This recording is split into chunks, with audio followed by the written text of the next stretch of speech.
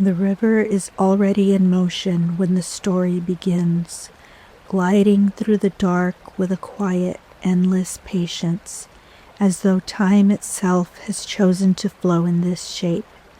It carries the faint scent of wet earth and distant rain, the soft shimmer of moonlight stretched thin across its surface, and something older than both.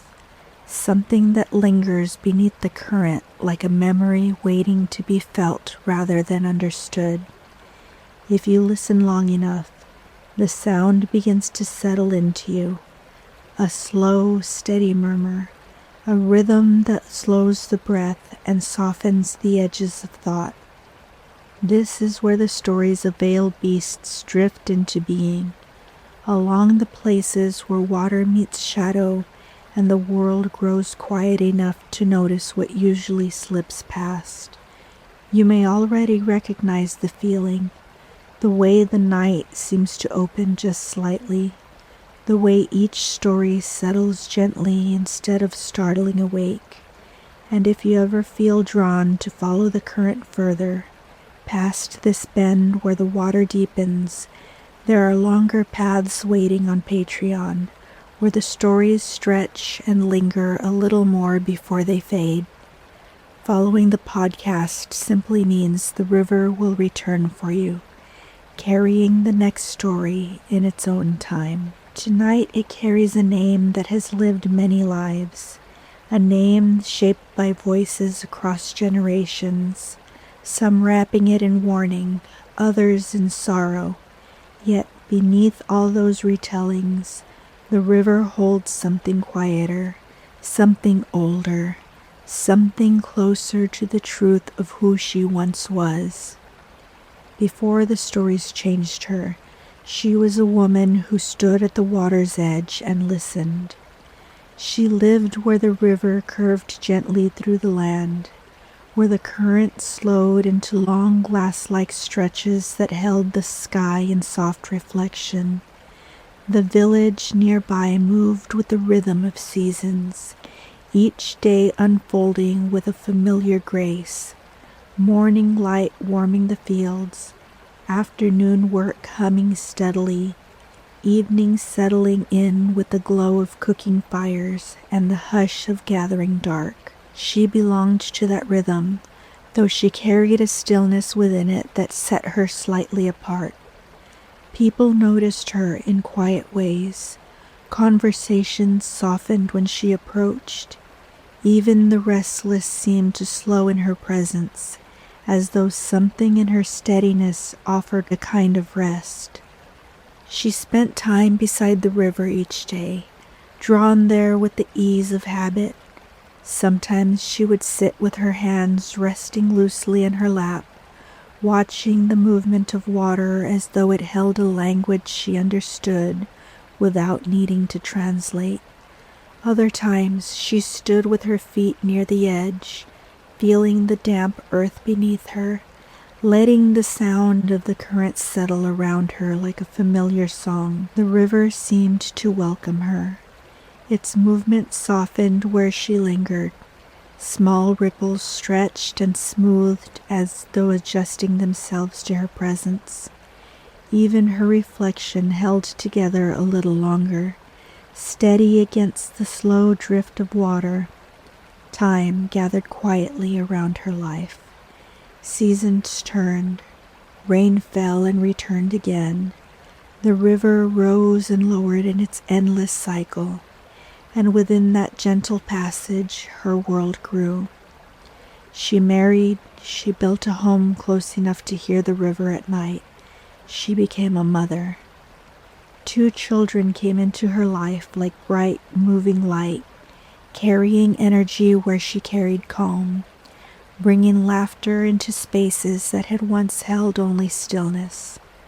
They grew quickly, as children do, filling their days with motion and discovery, drawn again and again to the place where land softened into water. They played along the shallow edges, where the current brushed lightly against their ankles, Their footsteps pressed into the soft mud, leaving small, fleeting impressions that the river would smooth away before the next day arrived. They gathered stones polished by years of movement, held them up to the light, admired their shapes, then sent them skipping across the surface with delighted focus. Their laughter traveled easily across the water. It mingled with the sound of the current, rising and falling in bright, effortless waves. She stayed close, her presence steady and watchful. She followed their movement with her eyes, her attention never drifting far, holding them in that quiet, constant awareness that needs no interruption. There was a fullness to those days, something deeply settled, as though everything had found its place within the gentle order of living. The river carried it all. The reflections moved together across its surface, three forms bending and reshaping with each ripple, always returning to one another in the shifting mirror of water. Their voices, their footsteps, their shared moments, all of it folded into the river's endless passage, held there in ways unseen. The change, when it begins, moves softly. A subtle weight gathers in the air, almost indistinguishable at first. The light feels slightly dimmer toward evening. The wind carries a different texture, thicker somehow, as though holding something just beneath its surface. The river responds. Its current deepens. Its edges press outward with quiet insistence. At night, its voice grows fuller, layered with a depth that lingers longer in the ear. She senses it in passing, in the way her attention lingers at the water's edge a little longer than before. Her hand rests just above the surface, feeling the cool breath rising from it. Something within the current feels changed, though it reveals itself slowly, as though unfolding in its own time. The children remain untouched by it. They move through their days with the same easy joy, drawn toward the river with instinctive familiarity. Their laughter continues to echo across the water, light and untroubled, carried easily by the shifting air. The storm builds without haste. Clouds gather in soft layers along the horizon, their edges darkening as they rise. The sky lowers gradually, the brightness fading into muted glow that stretches across the afternoon. The air grows heavy, pressing gently against the skin, holding its breath in the quiet way that often comes before rain. The first drops fall warm and scattered. They darken the earth in small, uneven marks, releasing the scent of soil and grass into the air. The river receives them with ease, its surface breaking into gentle ripples that widen and fade, one after another. Then the rain deepens. The rhythm quickens. The sound grows steady, filling the space between breaths. Water strikes the surface in countless small impacts, dissolving the smooth reflection into constant motion. The current swells, rising slowly at first, then more noticeably, its edges reaching farther along the bank. She feels the shift more clearly now. Her attention sharpens, her body responding before thought fully forms. She moves toward her children, her steps quickening as the ground beneath her feet soften with the rain. The river's voice deepens. It carries a fullness now, a weight that presses outward, expanding beyond its usual shape. Water curls around small ankles, cool and insistent, and higher than moments before. The current gathers strength, its pull growing steadier, more certain. She reaches them. Her hands close around them, drawing them close, grounding them against the shifting earth.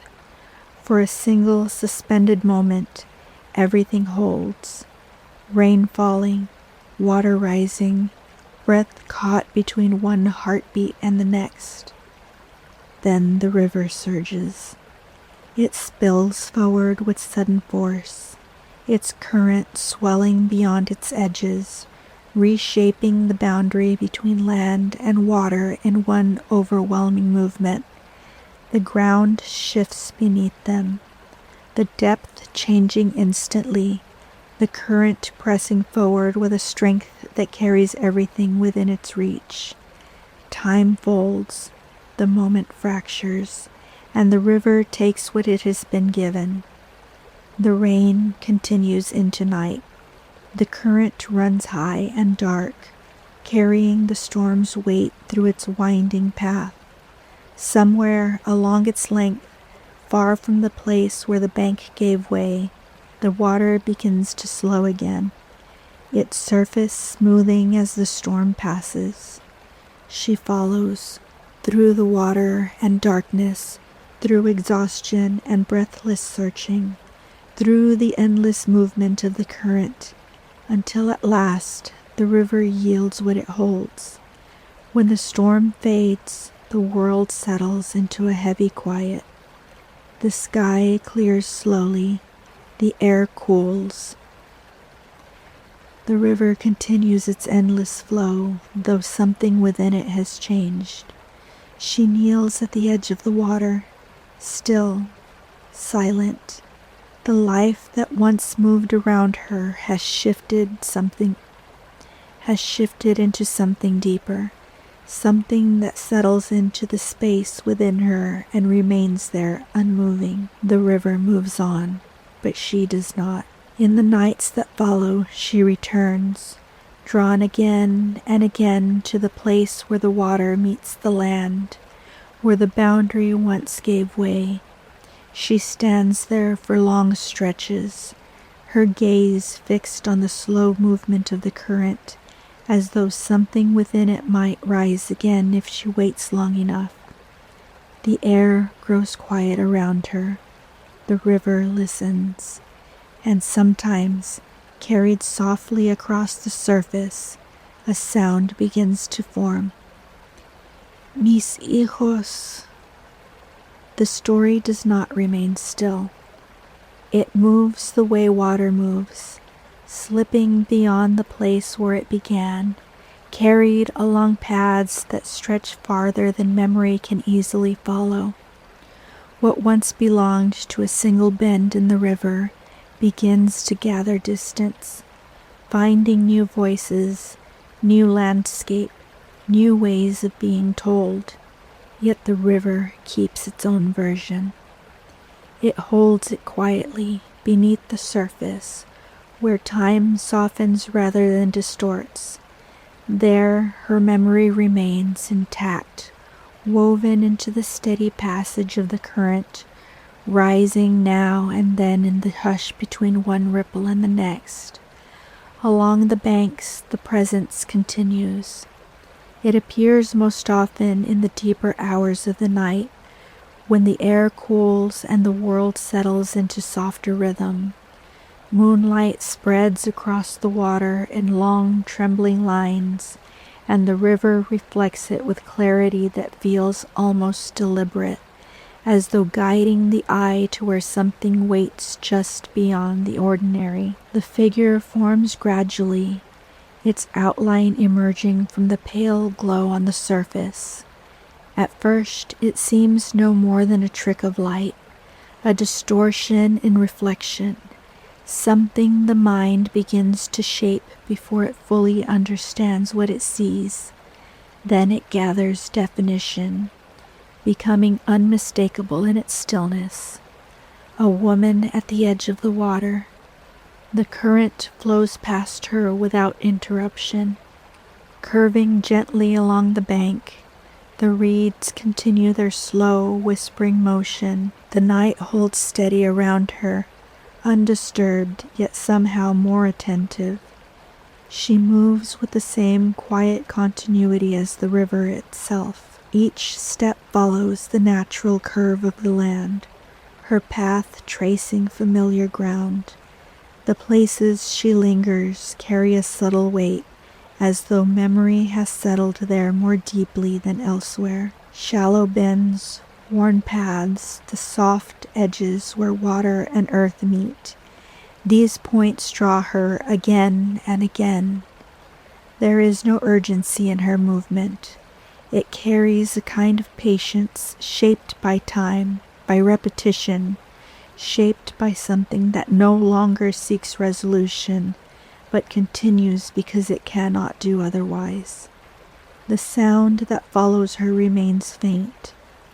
It rises from the stillness rather than breaking it, drifting outward in a way that feels less like speech and more like something remembered just at the edge of awareness. Mis hijos. The words move across the surface, carried by the same subtle currents that guide fallen leaves and scattered petals. They reach outward, then fade, leaving the air unchanged yet somehow fuller. Those who hear it often find themselves pausing without intention. The moment of stillness settles in, breath slows, thought softens, attention shifts toward the river, drawn by something that does not demand understanding. Then the moment passes, and the world resumes its quiet motion. As the story travels, it begins to gather new meanings. In some places, it becomes a warning, shaped into a lesson carried from parent to child. The river grows into something to be respected from a distance, its depth framed with caution, its edges approached with care. The figure near the water takes on a sharper outline in these tellings, her presence used to guide behavior, to shape instinct. Elsewhere, the tone remains softer. The figure is understood as something bound to the river, part of its memory, part of its quiet awareness. There is no sense of pursuit, no suggestion of danger moving beyond the water's reach. Instead, there is a recognition of presence, something that lingers and watches, tied to the place where loss once unfolded. Both versions continue. They move side by side, carried through generations, shaped by the needs of those who tell them. Folklore rarely settles into a single form. It expands, shifts, gathers, layers, each one reflecting the fears, values, and understanding of the people who carry it forward. Yet, beneath those layers, the quieter current remains. A mother, a river, a loss that never fully releases its hold. The river itself seems to have changed. Its movement remains steady, its path familiar, yet there is a depth to it that feels different, as though it carries something unseen along with its water.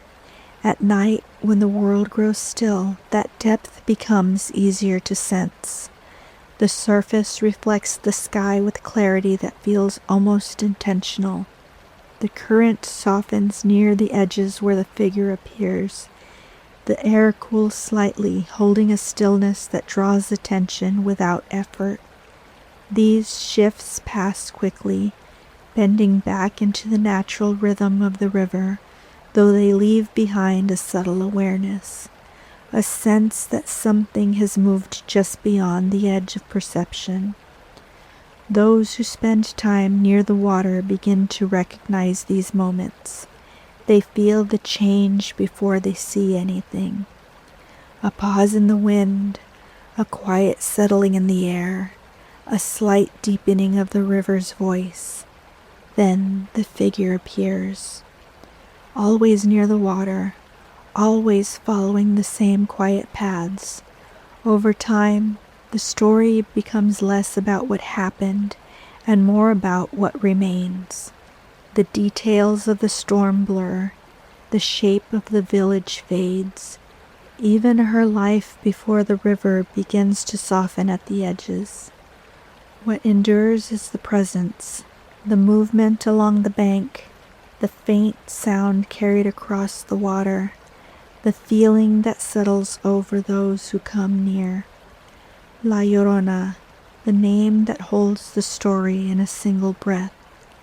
It carries the weight of sorrow shaped by the memory of loss, yet it also carries something gentler, something that lingers beneath the surface of the tale, a connection that continues, a presence that remains tied to the place where it was formed, a reminder that some things do not disappear when they leave the world as it is known. And still, the river flows. It carries the story forward without effort, folding it into its endless motion. Each night, each season, each passing year adds another layer, another subtle shift, another quiet retelling that drifts outward and settles somewhere new. Yet here, along this bend, the story feels unchanged. The figure moves through the moonlight, the water reflects her passing, and from time to time the sound returns, soft and distant, shaped by longing and carried gently across the surface. Mis hijos. The river settles as the night deepens, its surface smoothing into long, unbroken stretches of dark silver. Moonlight rests there without strain, drifting across the current as though it has found a place to linger. The air cools gradually, carrying the faint scent of damp earth and distant foliage, and the sounds of the day slip away one by one until only the soft murmur of water remain. It is in this hour that the story feels closest. The path along the bank lies undisturbed, shaped by years of quiet passage. Grass leans inward at the edges, brushing softly against itself whenever a breeze moves through. The earth beneath holds the memory of countless steps, though none remain long enough to be seen. Everything here exists in a state of gentle transition, held between presence and disappearance. A pale shape gathers where the river curves. It forms slowly, drawn from the same dim glow that rests on the water, until its outline becomes clear enough to recognize. The figure stands near the edge, its stillness blending so completely with the landscape that it feels less like an arrival and more like something that has always been there, waiting to be noticed. Its movement follows the contour of the land, unhurried, guided by a familiarity that does not require direction. The current glides beside it, adjusting in subtle ways as though accommodating a presence it understands. There is a quiet harmony between the motion of the water and the shape that walks beside it, each one reflecting the other in a slow, continuous rhythm. The places it pauses feel gently marked. Shallow water where the river thins into soft ripples, a curve in the bank where the earth slopes inward, a stretch of ground where the surface holds the faint impression of long-ago footsteps. These moments pass without interruption, each one folding into the next with the same quiet continuity that carries the river forward. When the sound comes, it emerges with the softness of breath meeting cool air. Mis hijos. It drifts outward along the surface, carried by the faintest movement of the current, dissolving before it reaches the far bank. The night absorbs it easily, holding the trace of it for a brief moment before letting it settle into stillness again. The figure continues along the water's edge. There is a sense of awareness in its movement, though it does not search in any urgent way. Its presence feels anchored to the place itself, bound to the meeting of water and land, to the quiet spaces where memory gathers and rests. The river carries this presence as it carries everything else, without resistance, without interruption. Its flow remains steady, its path unchanged, yet something within it feels layered, as though time has settled into its depths and continues to move there unseen. Further along the bank, the night deepens into a softer dark. The sky stretches wide and clear, scattered with faint stars that shimmer gently above the water's surface. Their reflections drift below, shifting with each subtle movement of the current, creating the sense of depth that extends both upward and down. The air remains still. Sound travels easily here.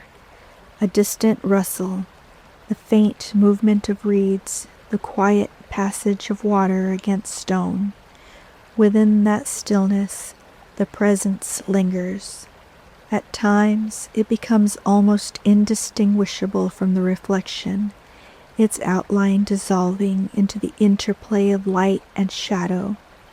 Then, as the moon shifts slightly higher, its shape returns with a quiet clarity, standing just at the edge of perception. It does not approach, it does not retreat. It simply remains, following the path it has traced again and again, its motion woven into the rhythm of the river. Those who pass near such places sometimes feel it without seeing. A pause in their step, a subtle shift in the air, a moment where the world seems to narrow, focusing gently on the space before them. There is no fear in that feeling. It resembles recognition more than anything else, a quiet awareness that something continues here, something shaped by memory and held within the landscape itself. Time moves as it always does. The river flows onward, carrying its surface reflections into the distance, guiding them along curves and bends that stretch beyond sight. The figure fades and returns with the passing nights, never fixed, never entirely gone, existing within that delicate space where story and place meet. The name remains carried forward through generations, spoken in different tones, shaped by different understandings. La Llorona. Within the sound of it rests the weight of what has been remembered, and the softness of what has endured. The river keeps that name. It carries it quietly, folding it into its endless movement, allowing it to surface only when the night grows still enough to hold it. Now the story begins to settle. The current slows in your awareness, though it never truly stills. The path along the bank grows softer, its edges fading into dark as the night deepens further. The presence near the water becomes less distinct, blending once more into the reflections that drift across the surface. What remains is the feeling, the hush, the gentle pull of the river's rhythm, the sense of something continuing just beyond the reach of sight. If you find yourself returning here, drawn by that quiet current, you will always be welcome along these paths. There are deeper stretches of water, quieter bends where the stories linger longer, where the night holds them just a little closer before letting them go. You can follow them further if you choose, into the softer glow that waits beyond, where the current runs through Patreon and the stories unfold at a slower, deeper pace. And if you listen for the river again on another night, it will find you. It always does. Hush now, little listen, the forest knows your name. Soft feet in the shadow, soft mouths that never cry.